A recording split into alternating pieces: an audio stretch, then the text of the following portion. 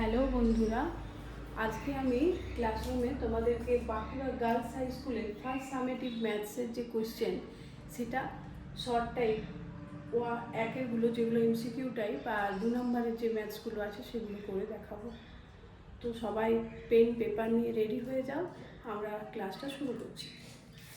আর অবশ্যই ক্লাস শুরুর আগে একটা কথা বলে রাখি, যারা রেগুলার আমার ইউটিউব চ্যানেলটা ফলো করছো তারা অবশ্যই কমেন্টে লিখবে যে তোমাদের এগুলো বুঝতে কোনো অসুবিধা হচ্ছে কি না, বা তোমরা আর কি ধরনের ম্যাথসের সলিউশন করে দেখায় সেটা চাইছো, সেগুলো একটু কমেন্ট বক্সে লিখো আর বন্ধুদেরকে একটু শেয়ার করে দিও। তাহলে শুরু করছি আমাদের ক্লাসটা। প্রথমেই দেখো একটা কোশ্চেন দেওয়া আছে, বার্ষিক 10% সরল সুদের হারে এই টাকার 2 মাসের সুদ কত?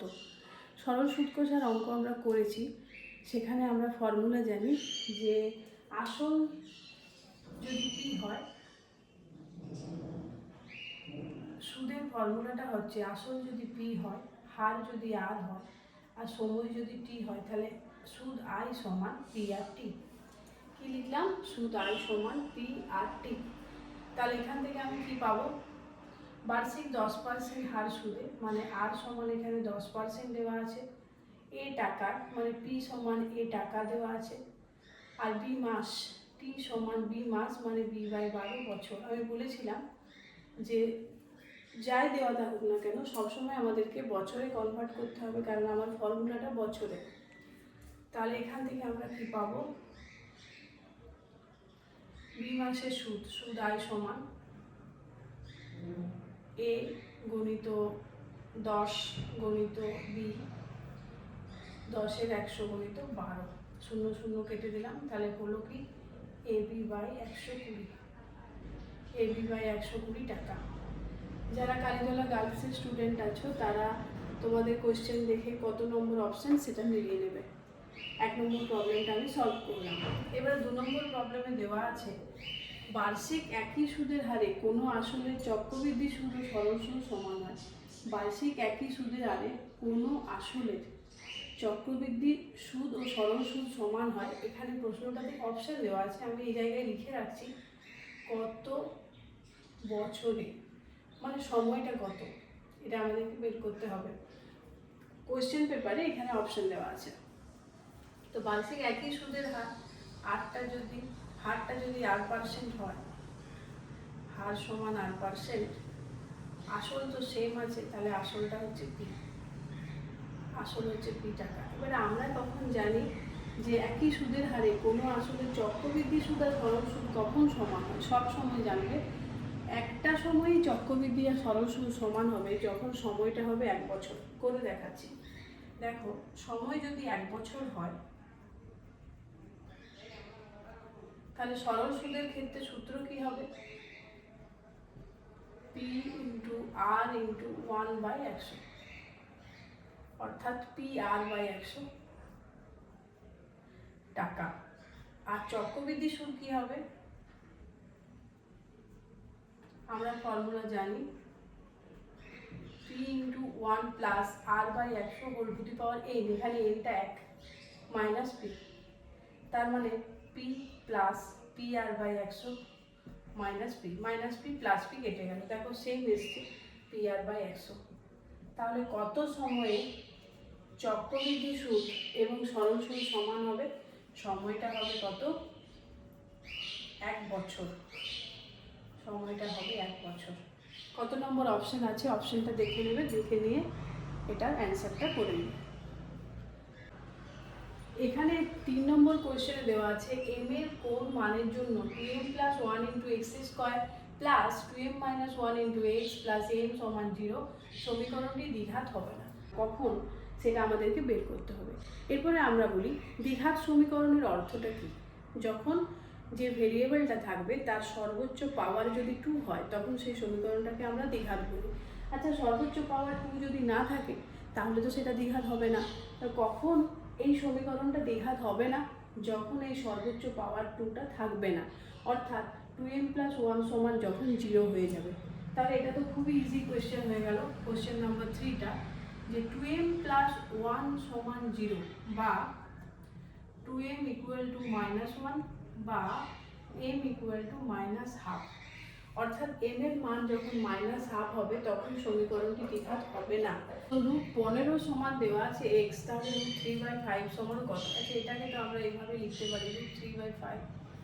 আমি যদি নিচটাকে 15 বের করে নিই তাহলে এটাকে আমি এইভাবে লিখব 3 × 5/5 × 5, তাই না?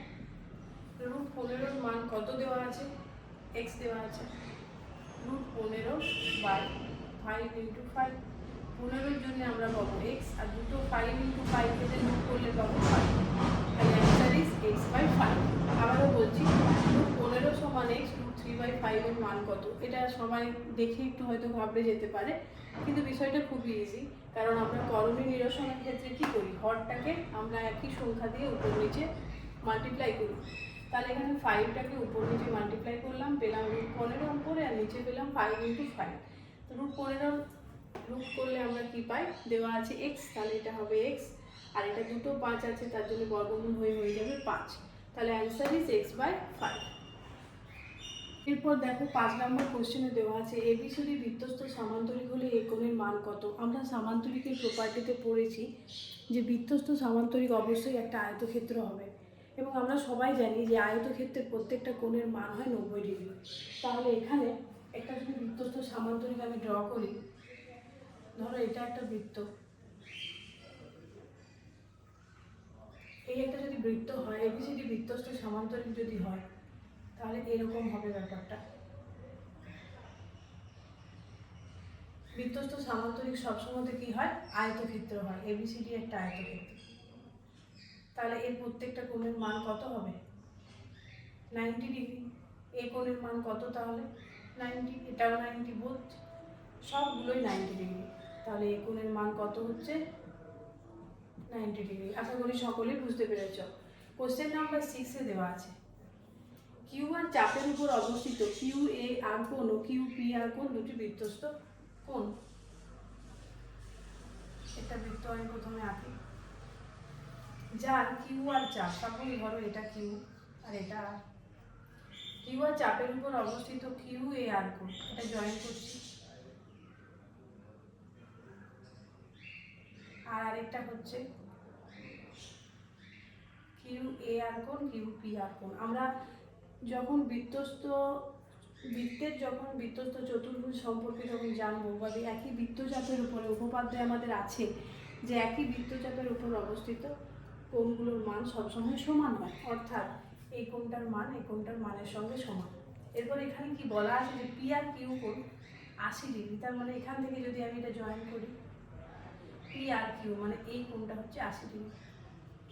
এরপরে বলা আছে পি আর সমান পি কিউ, মানে পি আর সমান পি কিউ, এই দুটো বাহু সমান। দুটো বাহু যদি সমান হয় অবশ্যই দুটো কোণও সমান হবে, তার মানে এটা 80 ডিগ্রি হলে এটাও কি হবে? 80 ডিগ্রি হবে। পি আর সমান পি কিউ, তাহলে ত্রিভুজ পি কিউ আর এর আমরা লিখতে